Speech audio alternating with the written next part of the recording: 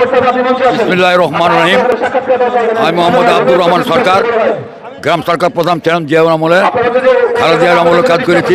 এখনও তারেক রহমানের কাজ করতে প্রস্তুত এবং তার দলকে জয়যুক্ত করার জন্য আমি চেষ্টা করছি।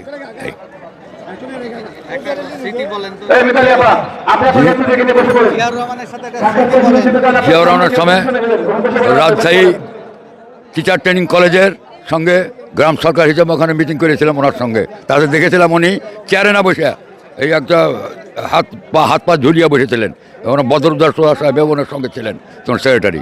ওই সময় ওনার সঙ্গে কাজ করেন। এটা স্মরণীয় যে একজন প্রেসিডেন্ট হয়ে তিনি চেয়ারে বসেননি, তিনি নিচে বসেছিলেন এই তরারই। আর ঢাকাতে গিয়েছিলাম একটা আমাদের গ্রাম সরকারের, সেই মিটিংও যেয়ে দেখেছি উনি ওইরকম চেয়ার চান না, নিচে বসে কথা করেন, সব লোককে আবার কী করে দেয়। নেতা ওপরে বসে না, নিচে বসে। পাবলিক যেভাবে বসে আমিও তাইভাবে বসবো, এই ওনার বক্তব্য।